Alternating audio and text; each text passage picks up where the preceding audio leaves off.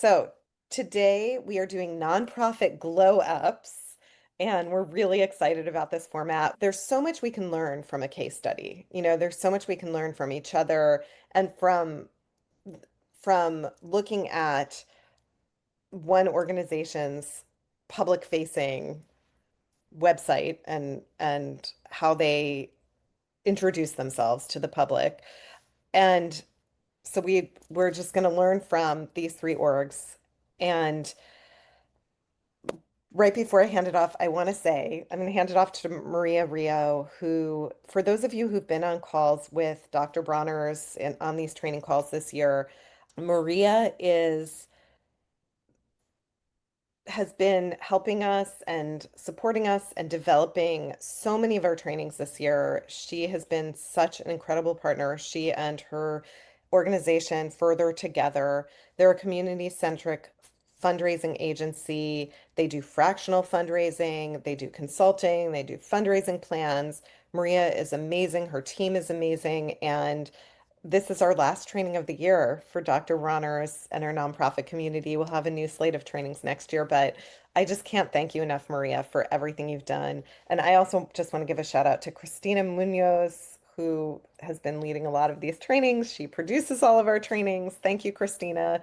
She and I will be in the background today, and I'm Elisa Hauser. I should have said that right on the front end. I I'm the senior philanthropy manager at Dr. Bronner. So Christina and I do a lot of corporate philanthropy at Dr. Bronner's, including these trainings. So thank you, everybody, and off to you, Maria. Nice. Well, that was so nice of you. Thank you. First. Second, I love all the reactions already happening. I love the engagement. So keep it coming because it makes these easier, right? Like rather than just staring at a whole bunch of blank squares forever, everybody's here. So thank you so much for being here.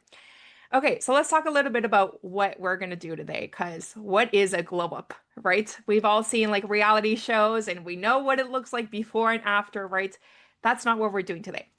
What we're doing today is we're taking something that is already working really well and we're just taking it to the next level, right? So at this time of the year, I'm sure like me, you're all drowning in work. These are easy things for you to start thinking about and implementing that will really boost your giving when it comes to holiday giving, Giving Tuesday, all that stuff. What we're aiming to do is throw glitter and not shade. So we're coming from a place of appreciation. Also, know that these groups volunteered to be, our learning opportunity together. So really show them some love. And we're going to go over three different organizations today. But before we do that, we actually prepared a playlist for you in case some days you're feeling a little bit down because it is the end of the year. So we have a whole playlist that is full of glow up songs. Now, if you do want to drop in the chat, what is your favorite glow up song? We would love to add it. So any song that lifts you up and makes you shine brighter, we would love to add it to the playlist. So for example, if you've seen what's that K-pop Demon Hunters, that is one of the first songs that got added golden, right? So there's like little things like that that will definitely just cheer you up. And then Christina, do you mind throwing the playlist into the chat whenever you get a chance? Okay, great. So we have just a quick introduction to me, and then Megan will go next. So I'm Maria. I have been fundraising for over 13 years, so it's been quite a long time. One of my strengths is definitely digital, so this is a good fit for me as a panel. Like I just love all things digital and really building that funnel. So how can you attract donors rather than chase them down? So that's my perspective when it comes to this panel and the information that I'll be providing. I'm good at the one-to-one and the one-to-many, and some of the tips that I'll give will talk to each one of those. Megan, I would love if you could quickly introduce yourself. Sure. Hey everyone, my name is Megan O'Brien Lowry. I hold many hats, but my main one is I run a consulting service that works with mostly funders to either actually set up their grant making process. So that's a lot of governance and knowing IRS laws, which is pretty boring. But then the other part of it is helping nonprofits to help them understand how funders are accepting their message and reading their materials. I live in San Diego. I get to enjoy a lot of time with this team and I've known Elisa a really long time and just delighted to be here today. So today we're going to be looking at these three websites. So yes, a donor might bump into you at an event and then decide to give without ever really exploring your website. But usually people who are interested in giving, like whether they're a large grantor or a one-time donor, will look at your website first. So the tips that we're giving today will be very specific to how you present yourself to best gain funds, how you best position yourself to gain funds. Before we start with the first organization, do we have Max Kellerman here? Hey, Max, how's it going? I'm good. How are you? I am great. I'm so happy to have you here. We took a look at your website. You were very brave. Thank you for being here. Could you share a little bit about who you are and your work with the whole group? Yeah, so my name is Max Kelman. I'm the executive director for the Portland Psychedelic Society, and we are a 501c3 nonprofit based here in Portland, Oregon, focused on community education and integration around psychedelics. Can say more on that, but I figured as we go into the website, you'll get to learn a little bit more what that looks like and feels like, and happy to answer questions. But that's my role. I've been served on the board since 2020, and now in the executive director role. Amazing. I will now share your website, and then Megan will go over her comments. I'll go over mine, and then we will leave space for you to ask us any burning questions, you specifically, Max. And then for other people who have questions about this website, we'll leave those to the end, if that's okay. Everyone cool? Yeah. Great. Okay, I'm going to share my screen right now.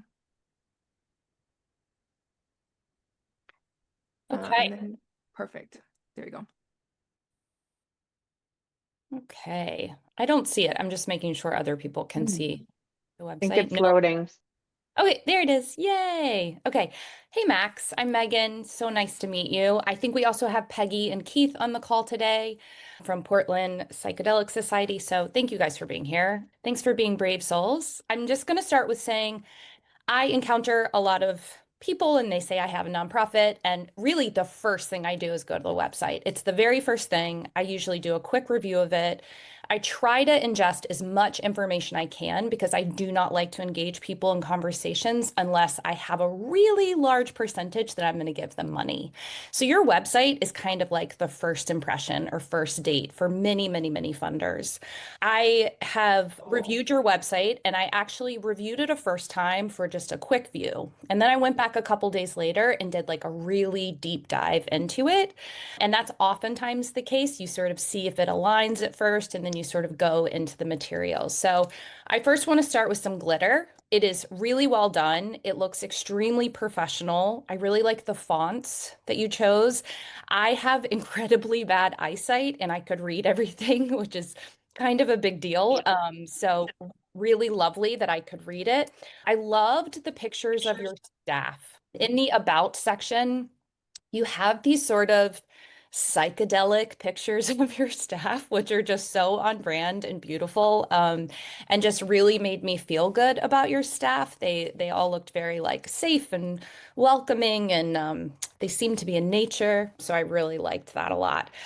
I was absolutely delighted in your blog to see that you are giving me an up-to-date blog. This is so rare. People will keep blogs from like 2012 on their websites. This is a huge note for everyone. If you are going to have a blog or a newsletter on there, please let it be from the present year, if at all possible, from the present month, if you have that sort of capacity. So loved the blog, really appreciated that, really wonderful. And finally, your impact dashboard was excellent. I would have loved to understand more about it, just, how you came up with those numbers, where are those numbers from? I really appreciate an impact dashboard. I think they're great. Yes, as you can see, Maria's showing us right here. These are fantastic. I think you could potentially measure some more things. And I would love to just see more numbers on there. Like, what can we measure is always my question to nonprofits. So really wonderful work on that.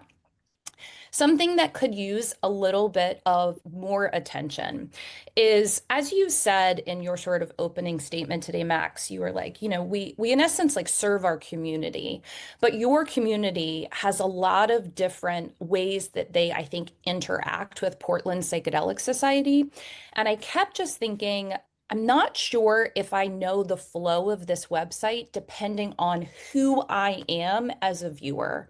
So the funder's view is very different than the person who maybe just went on a journey and just needs to build community and integration support versus the person whose brother had PTSD and just went on a journey and is now like a different and better and more wonderful person. And they're looking just to donate money.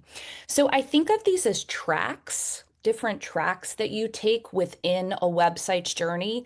And I found the website to mix these a little bit too much. And so some funder journey was mixed in with like some integration journey or community journey was mixed into some donor journey, if that makes sense. So I would really love for you to sort of like get someone from the outside that you trust and be like, here's your hat. How do you go through my website as this person? Here's a different hat. How do you go through your website as that person? I think it will really help, even just putting things in different buckets or different pages or different drop downs, as Maria is saying. I didn't find any financial information on your website, so this would be an annual report, a 990. I always say to people, and I do a lot of grant writing support, 1 to 2 pager support. I always say, if I do not know what your yearly organizational budget is, I have no idea where to start.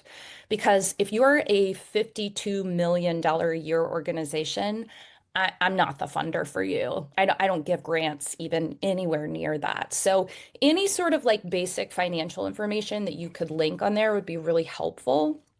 Also, if you have any accreditations, GuideStar, Candide, any of those, those would be really helpful to sort of like give your nonprofit some status, some Better Business Bureau or something like that. People know that you're real and this is your 501(c)(3) letter and the government recognizes you and things like that.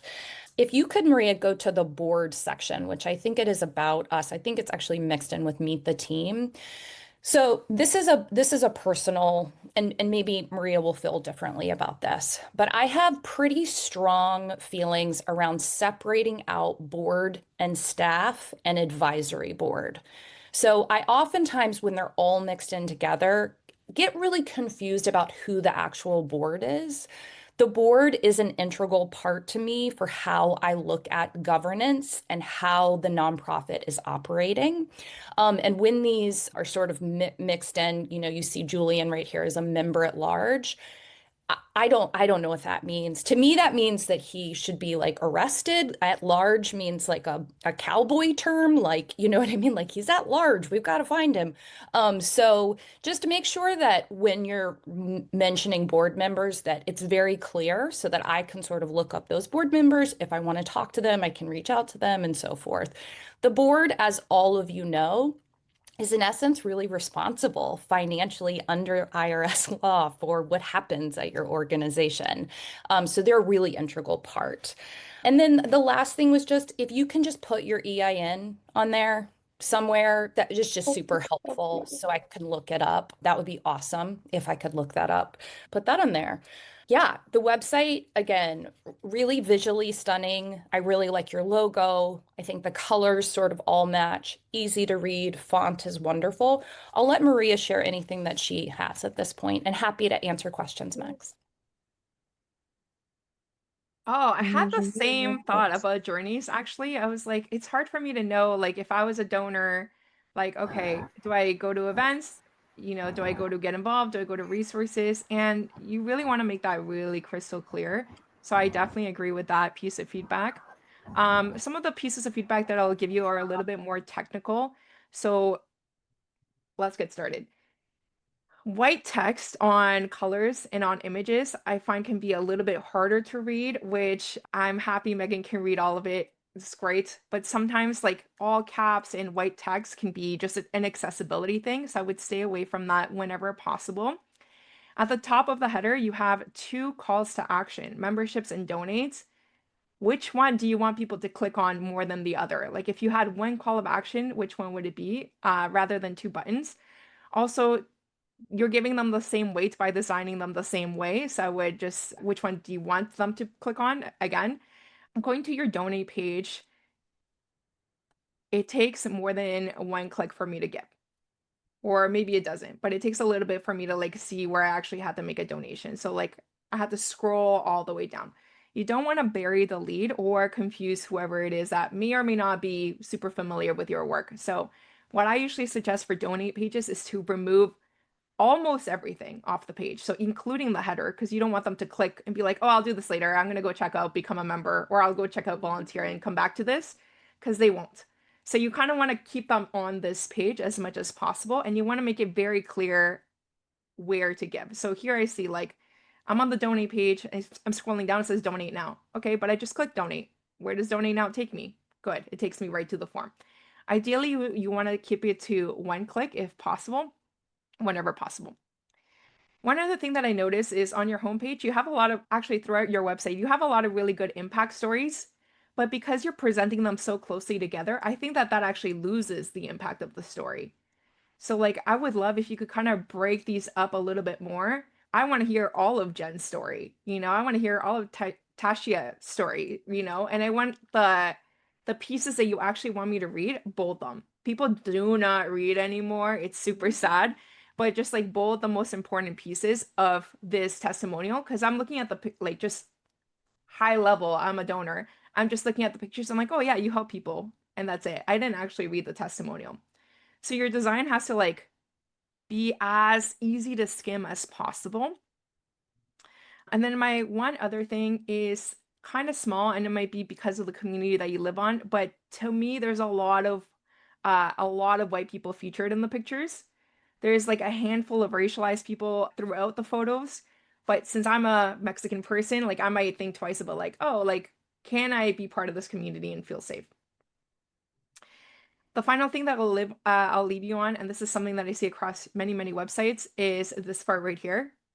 Sometimes this can make a donor feel like you're well funded already, that you don't actually need the money.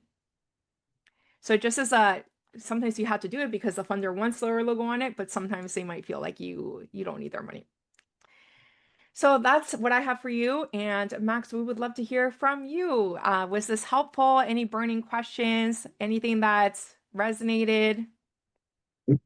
Yeah, it's super helpful. No, I really, really, really appreciate the insights. And just to give you a quick, background, we just relaunched this website back in early June, and I've been running with it. So to have this kind of third party, because like, when you're working on a project, you're just so in the weeds of clicking through everything. So to have a fresh set of eyes that are like completely removed from the work that we're doing is like beyond helpful. And yeah, like the EIN one is like we had that on our last website, and it's just clearly an oversight on this one. I appreciate the stylistic review. One thing about the board staff comment on that page, the challenge is we're a really small organization, and I think our website kind of projects like we're this well, like you said, maybe well-funded, large, robust organization. So it's hard to tell our size. I'm the only paid staff, and the rest is a working board. And so they are kind of the staff and the board at the same time. We're at that stage of our growth. And so if we had just a staff page, it'd just be me, like on that one page. So something to think about, maybe if you have suggestions, like knowing that's like where we're at in our growth stage, like if you would still sort that out in that way or not. Yeah, I mean, what you just told me is a pro, like a positive for me to fund you. Like I'm like, oh gosh, they only have one paid staff, and like look at all these amazing board members they have supporting them for free. That would incentivize me to fund you because you're making your dollar go really far. Again, this would all be helpful if there was also some sort of 990 or org budget to say like, oh, their org budget is $50,000 a year. And it's obvious that Max is the only person being paid that. And Portland's an expensive city. Wow, he's not really taking enough salary. He's doing this all for nothing. These are all reasons that I would want to give you money. And I think that if you do have that about page, I think you can keep them all on the same page. But executive director, president means to me that he gets paid. Secretary, I do understand that that's board, but you might just want to like add some words here, like board president, board secretary, events director. That to me sounds like a paid position. These are Yeah. just these are the things I don't know in looking at your site. Happy to keep them all in the same place, but I do need to know who is on the actual board, like who has read the bylaws, who shows up to the board meeting. Totally.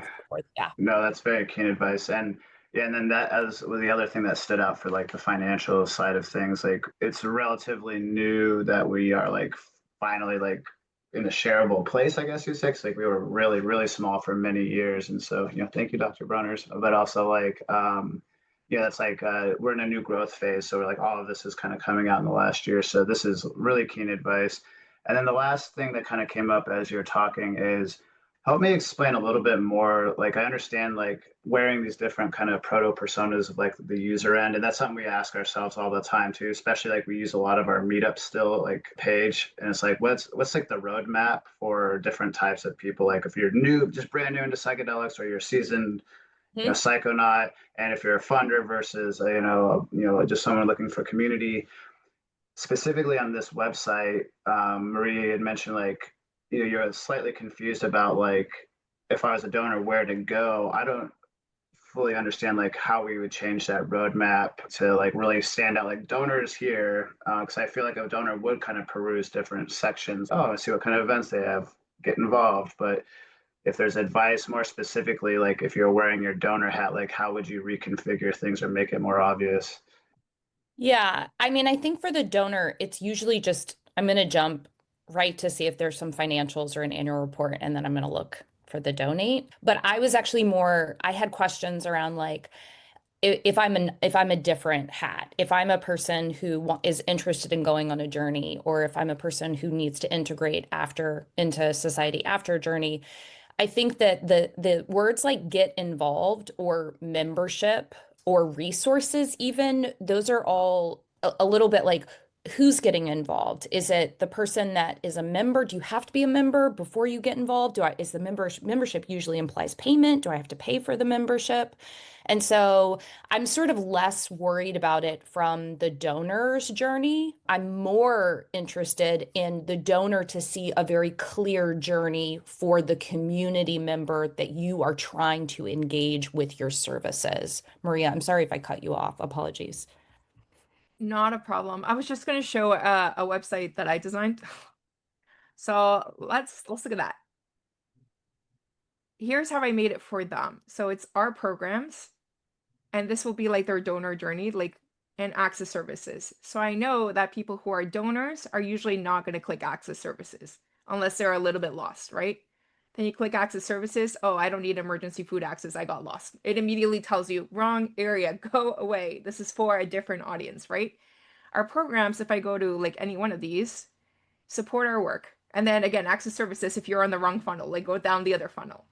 So you could do something like that design wise, and then just so you see kind of like the like popping out the image with the testimonial there and like some of those impact stats. But get involved, like it actually has a drop down, kind of like what Megan is saying. It's like, okay, corporate engagement. I know who that's for. Volunteer, I know who that's for. Careers, I know who that's for. Become a member is a little bit unclear, but hopefully they end up there if they're meant to be there. Right. You could you actually share the link to that website? Sure, absolutely. I'll I just just throw put in the it in chat. the chat. Oh, thank you. Yeah, cool. Yeah, those are the questions that kind of stood out from listening to the glow up, and I don't know. I mean, I don't want to. I know we have other nonprofits to look at here too. So I do have Keith and Karen and Peggy from our board here. I maybe just give them a quick chance if either of them have like a burning question that I didn't ask that came up there. So I call them out by name. I guess go ahead and ask a question if there's something I missed here. I have a question. I'm wondering because, by the way, thank you so much for doing this and for focusing on what we're up to and what we're doing well and what we need to improve. But our focus right now is fundraising. It's a hugely important piece for us. And I'm wondering if donate should be the very first item or like right after about or featured somehow. And how can we distinguish it between donate and memberships? Because the membership is a new mechanism for us. We're very proud of it. And for the first time, we have a place where members can set up a way to donate, which we've never had before. So that's very exciting. And I don't want to drop it because it's important, but I also want to make sure that people who want to donate can go right to that button and get all the pertinent information they need. So what would you recommend about how to emphasize the donate drop down box? Thank you. So I would say removing the membership button is how I would emphasize the donate button.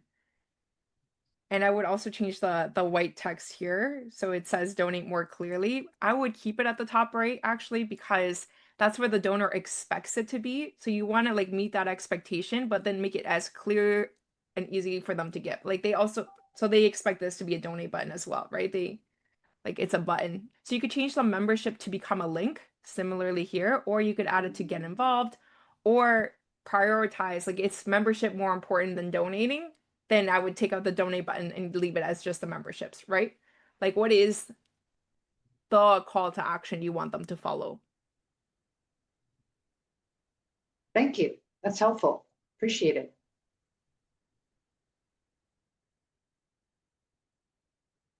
Okay, I'm going to move us on to the next group. I put my email in the chat, and Max or Peggy or anyone that has questions afterwards, more than happy to get on a call or answer an email if I can be of support. But thank you for doing the important work. An amazing documentary just came out on Netflix about the use of plant-based medicine to treat PTSD. It's called In Wave and Wars. I watched it last night. It's absolutely fantastic. That was a random plug. Sorry for that, but it was very good and very on poise for this morning. Great. I'm going to move on to Safe Place International. As Elisa shared, this was our dear friend Alexa. She did the review of this and I sort of took it over for her. So I'm going to do a mixture. I'm definitely using her notes. So I want to just give her credit that she did a lot of work on this, but each of us reviewed this organization. So first, I just want to welcome Mercy, Sam, Jess, Blessed. I believe I'm catching everyone there. Justin. So yeah, thank you guys for being here today. I really appreciate it. If I'm missing anyone from the team, I apologize. I think there's a lot of you here, which is amazing.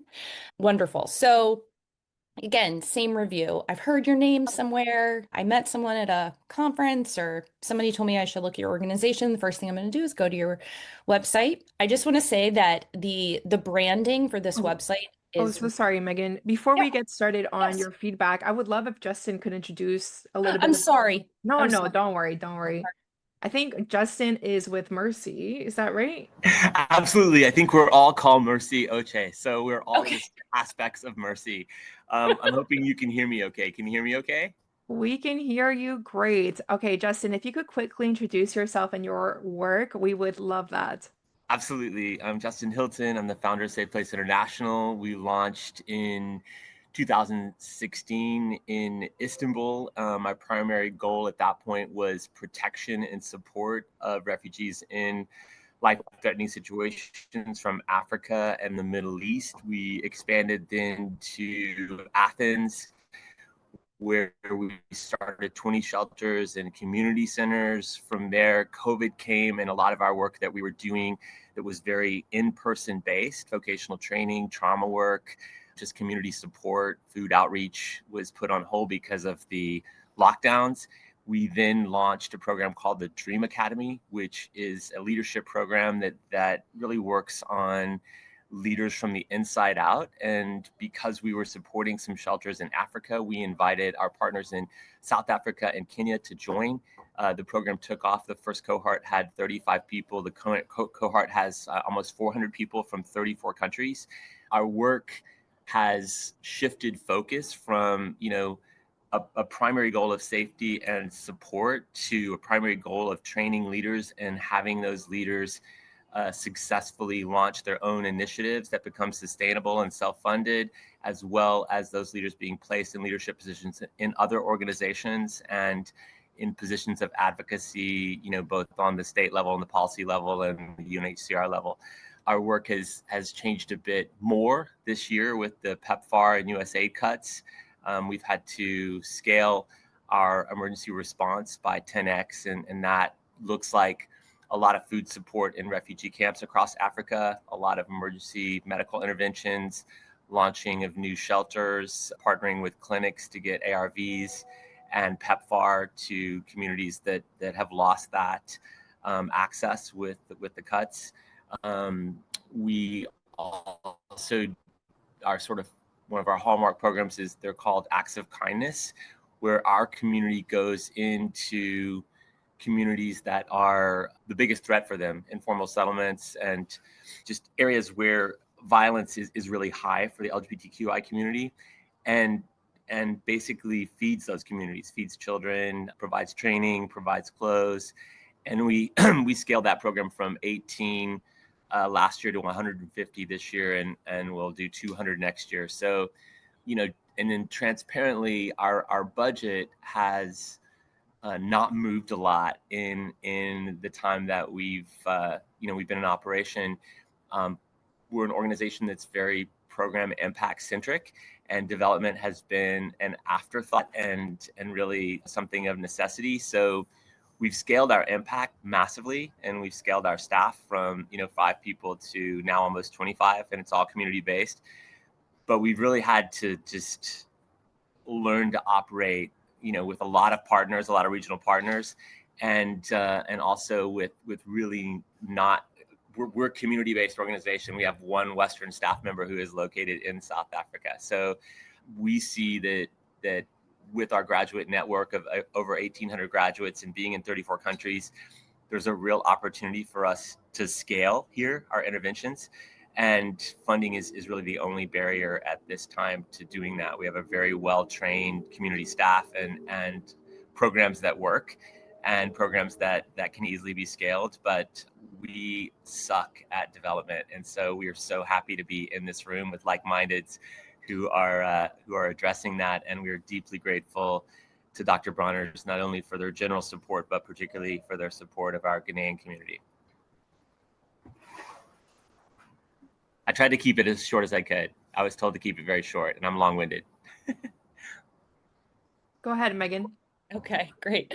Thank you, Justin. Yes, and sorry I didn't give you a chance to do that. I was excited and I wanted to jump right in. Okay, so let's go back to the website. I am going to mute you, Justin, just to let you know, I'm going to mute you while I talk. Awesome. Okay, amazing. Okay. Number one, extremely clear. Very easy to navigate. Wonderful, wonderful branding, really cool. All your impact dashboard, these I call them upticking numbers, these rolling numbers are so exciting. You put them all over your website. I absolutely love them. The colors are beautiful. The videos are really thoughtful. At the bottom of your very first page, you have some important elements here for me, which is the EIN, the easy to locate address. And of course, you have this wonderful Platinum Transparency 2025 from Kendi. These are just great, great, great things. They're really important to funders. And for anyone who sort of understands basic nonprofit stuff, they're going to look for that. So really appreciate that. That's amazing. Because you work so much internationally, I always like to say, if you are going to put a US address, which understandably, if you're a registered 501c3 and that's how you get most of your donations, you absolutely want that. I also sort of always want to put on there if you have a main country office as another address on there, just so people understand that most of your staff is not in the US, but you're, giving the money abroad and so forth. And as you said, most of your program staff is actually in country. So that would be the only thing that I would add there. Everything else though, honestly, every tab about programs, get involved, donate. They're just really clear. It's very clear. It's very easy. On the about page, if you look at how, this is a good note, Max, and just a good thing to look at the team here. If you can see, it's really, really clear on the team how if you'll go to team, the board members, super clear. Top 4 right there. Those are the board members. Amazing. And then the rest is the staff. That's just incredibly, incredibly helpful. Very clear right there. I really appreciated that there was just a very simple summary in the program section. In the program section, there's just this really simple, easily digestible way in which you explain the programs, which I love. I would have loved to know more about each of these programs. They seem really interesting, but I think that one of the hardest parts as a nonprofit that I continue to see is to deeply understand the actual work. If you are just basically handing out leaflets, that's very easy to say. But when you are doing things that are really community change, behavioral change, if it is not just direct service, that's oftentimes really, really hard to explain in words. And so that is always our goal. It's to really understand if I gave you $50,000, how exactly would this be used? And of course, to some degree, it's going to be operating support. We're going to pay for salaries. We're going to pay for these in-country directors. But then once that person has that salary, what are they doing every day? Are they going to 14 town meetings? Are they applying or giving food aid to 70,000 people that month or whatever it is? To make it as easily digestible as possible is really hard, but deeply important. The contact us has a general email listed. And I think that some of us understand that most info ats emails never, ever get answered. The person that I work for, I have an info at. I very rarely answer them. I will be completely honest with you. Most of the time, people are asking for things that are out of scope of what we fund. And so they obviously haven't done their research or looked at our website. If it's possible to have a more direct email, and that could be as simple as not a person's name, but just like development director at Safe Place International or whatever it is. That can just be that specificity can be really helpful instead of an info. That is completely your choice, just something that actually Alexis flagged. And in the news section, the last story that you have is from August of 2024. And so again, I said this before with the blog, if you're going to have a news section on there, yeah, you unfortunately you have to keep it updated. I know it's hard, I know it's a pain, but you really want something at least from that year. It's really important because it makes me think, oh, did they lose all their USAID money and they're no longer like did they no longer exist? Which is totally possible. People just build a website and then they never go to it again. As I said last time, a 990 or any sort of annual report showing any financial information is deeply helpful. I did not find that on here. I could have missed it. But again, the branding was really strong, very attractive, really cohesive, like very easy to navigate website. Um, and I think some more basic information about like what exactly you're doing. And I really heard you describe it in a way that did not translate for me, Justin, on the website, in which now you've sort of advanced your program to be training leaders. And I think that's sort of buried in here a little bit. And I would figure out the way that like that's the iteration or that's where your organization has come to now. So I'm going to let Maria share her thoughts. She's so much more visual than I am. So yeah, love to hear what you have to say. Well, visually, I am obsessed. This is not the first time that I bumped into your website, and I remember because of the design. So something there stuck out to me. And yeah, I really like the design. I like how you have all these text colors that might be a little bit illegible if it was on something else, but they work really well with the background that you've chosen. More than the design, though, I do like all the images that you're using. I love that you're using a lot of face pictures. Face pictures work really well on social media algorithms right now. And they also like humanize the organization. It shares exactly who you're talking about, right? Like Lambert's story, I can do a huge deep dive on Lambert, right? Which is really, really cool. Both websites that we've looked at so far also do a newsletter ask right here, join our newsletter, which is so important. And I love that it's an easy to find on both websites at the footer. I love this too. I love that I can see all the pictures because they're not stock photos. It's clear that you're actually delivering impact because they're not stock photos. So I think that's really, really helpful. One other technical thing here. So your above the fold works really well.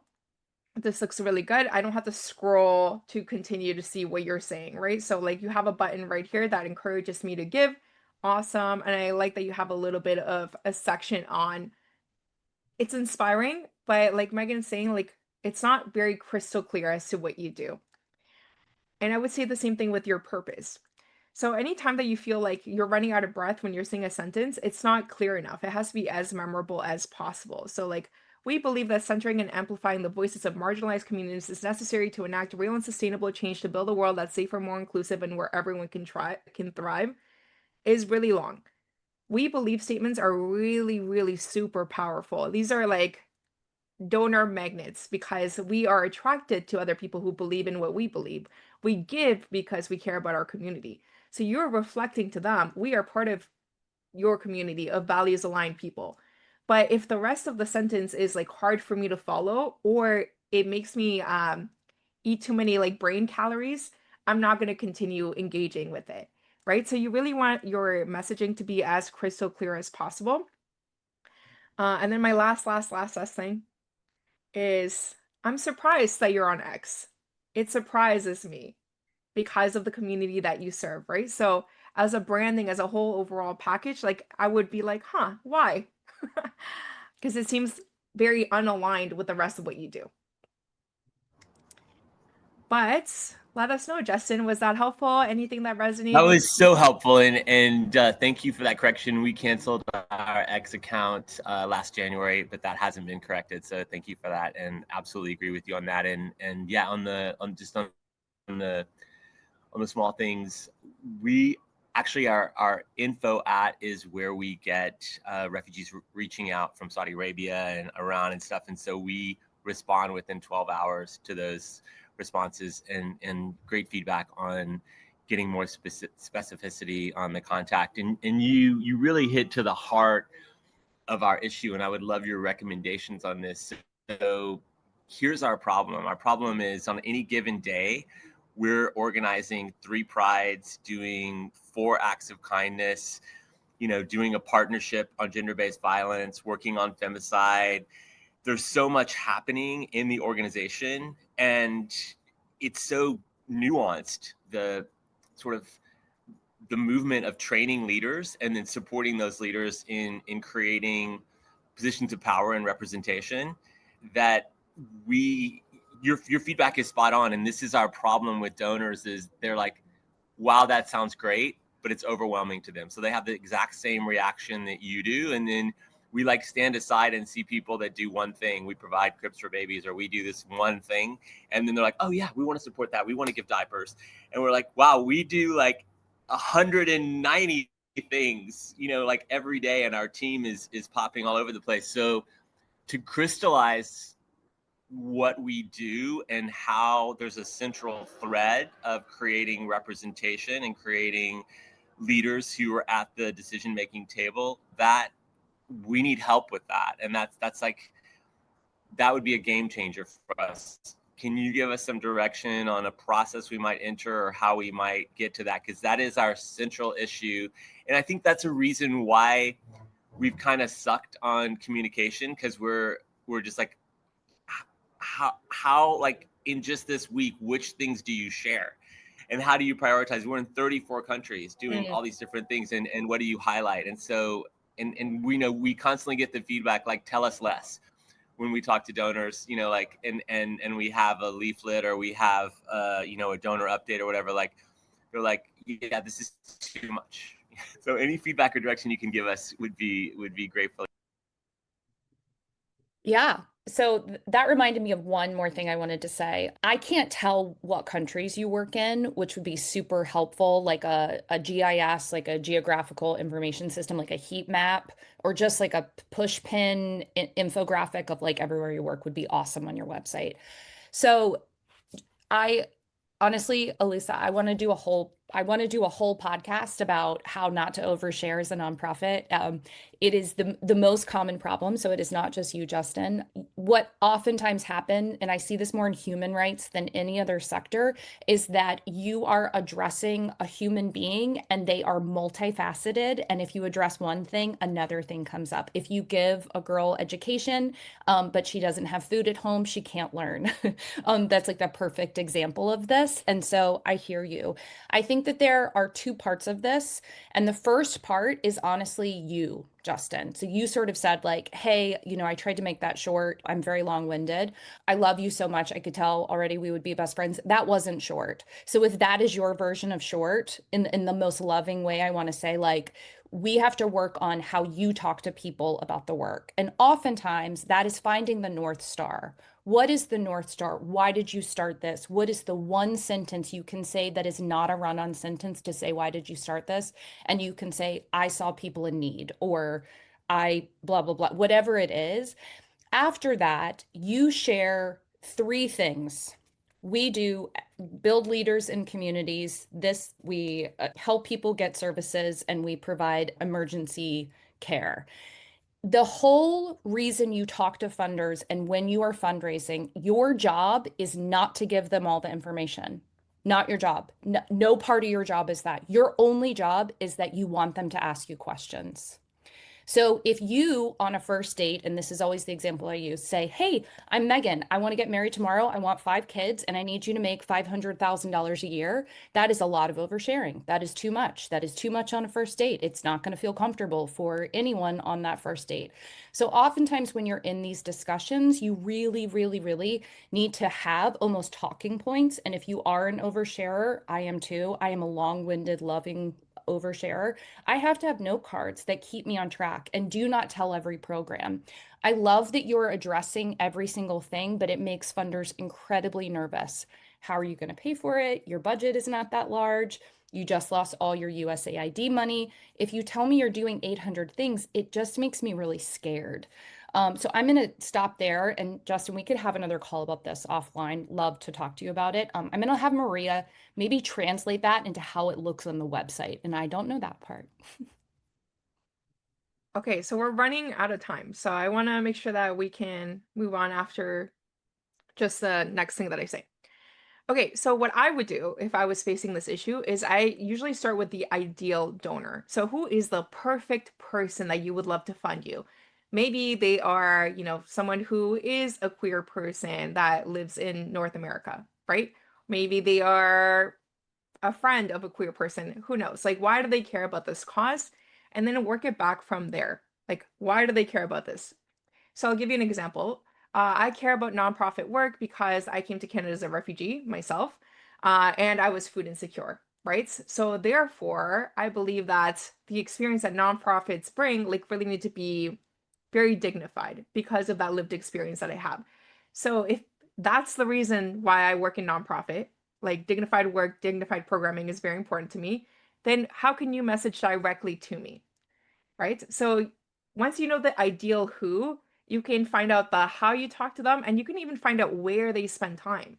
So where the like former refugees who care about dignified programming spend time, right? It just makes it a lot easier to like see where you're wanting to have these conversations. And like Megan said, maybe I would approach it as a different cross section. So instead of talking about every single program, every single story, every single like that, you could group things thematically. So like accessing, so like let's say a theme is belonging, right? And then you could kind of break down what you do on creating belonging versus like this program, this program, this program, like you're bringing it in an outcomes focused message. Okay. Thank you so much, Justin, for being a part of this. Any final words before we move on? No, it's so helpful, and we will take this deep and hope for some direction on some coaching, because you've identified our primary barrier to going forward really effectively and really eloquently. So we're so grateful, and we're learning lots from your critiques of other nonprofits as well. Okay, so let's move on to Produce Good. We have Kenzie on the line. Kenzie. Hi. Hi. Hey, nice to meet you. Okay, Kenzie, tell us a little bit about who you are and what you do. Yeah, thanks for having us here. We're excited to get some feedback. I'm Kenzie. I'm the partnership manager at Produce Good. We're a food rescue nonprofit here in San Diego. Since 2014, we've been finding sources of excess food throughout the county, particularly produce, whether it's citrus in residential backyards, local grocery stores, or farmers markets. And then we connect that to over 90 different feeding partners throughout the county. And to date, we've rescued almost 7 million servings. So we're a super small team. And yeah, we'd love your feedback. Nice. Thanks for joining. Okay, so I'll tell you what I looked at. So I look at a few different things. One of them is clarity, like how easy is this to understand and like skim. The other one is conversion path. So we talked a little bit about that earlier of like, where am I supposed to go if I'm a donor or a volunteer or something like that? Trust signals. So like, how do you show that you're a reputable partner? The impact that you're actually having, and then the technical aspects. How well does the website actually work? So let's start with what I really like about your website, and then we'll talk a little bit about the things that need some improvement. So I think your mission statement is very clear. I think that you have great impact stats throughout your website, which is really helpful. You have real photos, which is also really helpful. You also have next steps for donors of time and money. So if I want to volunteer, it's like very clear where I go. And if I want to donate, it's pretty clear where I go. I wrote, I love the photo that you have in the get involved section. Let's look at the photo that you have in the get involved section. Huh, okay. Okay, great. Yeah, like I love the photos. Like they're very engaging, lots of faces. Similarly, like I'd be a little bit, but I think in your other photos you show more racialized people. I love that you have a lot of impact in annual reports. That's super, super helpful in trying to see what you're doing and what the impact is. Some of the things that I think we could improve is a little bit of the actual design. Going back to the white text on images, that can be hard to read. And you could see like even here, like you have a beautiful picture, but because there's no overlay or anything differentiating it from the text, it makes it harder for your eye to skim. So like if I was skimming, I might actually even like lose this effect. Like I might just read right here. I do like that you have a button above the fold. That's super helpful as well. The other thing, apart from the white text, would be all capitals. That's another thing to watch out for. Here, while you do have a donate link, I wish it was a button to add that additional emphasis and to meet that donor expectation of meeting a button. I don't know if you need a search feature, but I think that's more like up to you and like if that's helpful for you because most people aren't going to use the search feature unless there's a repository of information. So if you did like advocacy and here are all my advocacy papers, you can search by the word bail or whatever, then that would be helpful. But right now it kind of is taking up very prime real estate right here where your donate button should be. I do like this candid and nonprofit of the year. Okay, your impact stats. So I've done a lot of work in food security, and I don't know why I don't know what MTCO2E is, but if I don't know that, someone else is not going to know that. And I Yeah. think you do really amazing work, but you're kind of focusing on the wrong stats. And I know that these are the stats that you have, but the stats that speak to a donor is the outcome. How does this impact people, right? So pounds recovered, this is a number that I can't even imagine what that looks like in food. Is this like 2 Walmarts? Is this like 3 Walmarts full of food, right? Like I don't know, right? So because I can't visualize it, it almost erases the impact of the stat. So servings provided, this makes it a lot clearer to me, but I'm just kind of assuming that's meals, right? As if that's Mhm. kind of like my thinking as a person that doesn't work there. And then yes, just making sure that you don't use any acronyms or anything that people might not understand in your stats. Something that I think is also missing here is that there's no clear way of how to give you my email and how to get like more involved outside of donating, volunteering. Like, how do I just hear passively about what you're doing before I decide to become a donor? One more thing that I noticed is that you have a heavy emphasis on volunteering. This is not necessarily an error. It just might be how your organization works. So, for example, if you raise dogs, if you raise puppies for blind people, you have to have a lot of volunteers that are committed and they're always coming in, right? If you don't need that many volunteers coming in, then I would de-emphasize volunteering and more increase the emphasis on donating. So like instead of volunteer calendar here, I would have donate. Uh, okay, no charitable registration number visible. We talked a little bit about that with the previous organizations. The get involved section, get involved, is one a long page. I would love if you could break this up into separate pages so they can direct themselves into this journey, right? So it's like, okay, yeah, I'm a donating food person, and like just have more information on like who are your partners, how do you do this, like why should people donate? Just a little bit more information there. And then somewhere on your website, you also had a wall of logos. So that sometimes makes people feel like you're well funded. Maybe it might be on your donate page.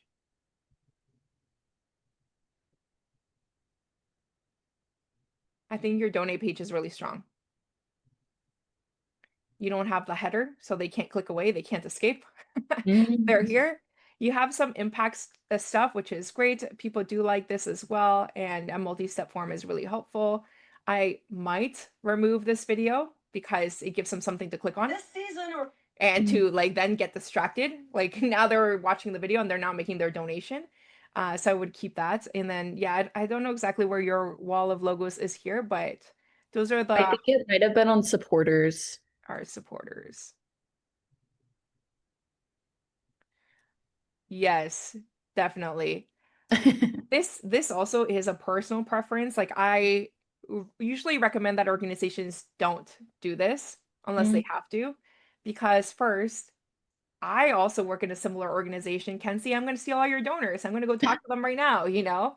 Like now I know every single one of the people who supports your cause, which is great for me. I don't know how good it is for you, but it's great for me, right? The other thing is like I've seen this used really well, where if you want to maintain your recognition, you have to continue giving at that level. So your recognition is expiring, give us another $5,000, blah, blah, blah.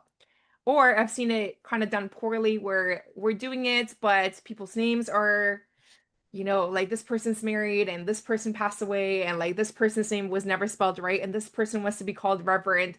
Like it can become a really time suck of an exercise for very little payoff.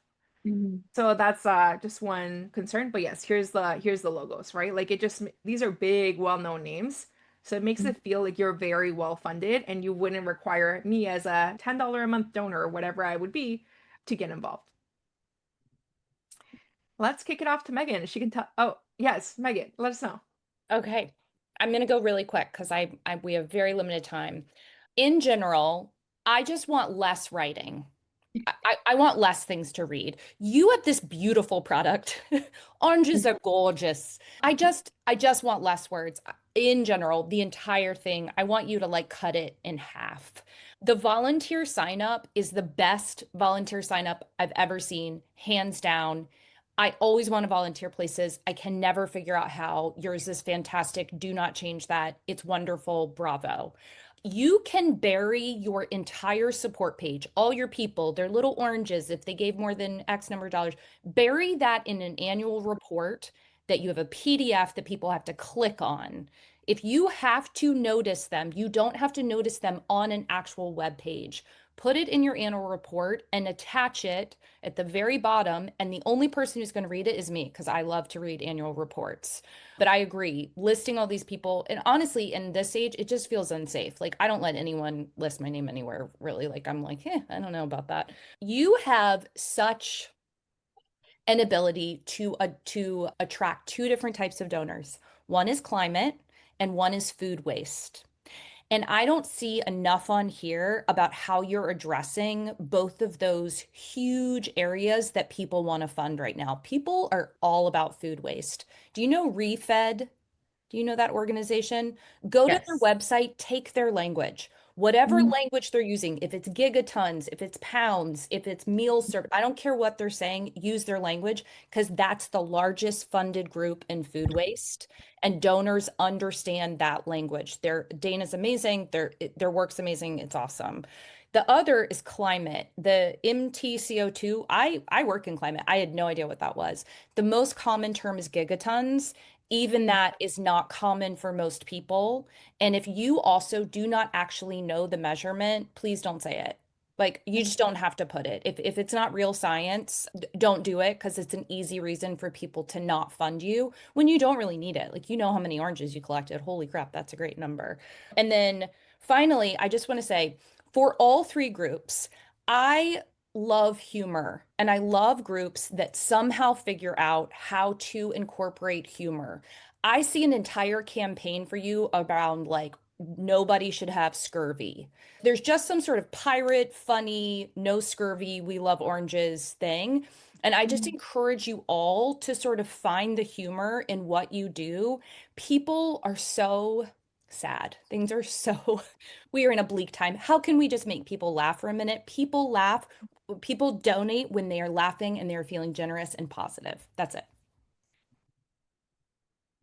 Great. Okay. Thank you. Is it Go okay ahead. if I let my team member Kristen chime in with questions? Of course. Okay, thank you both.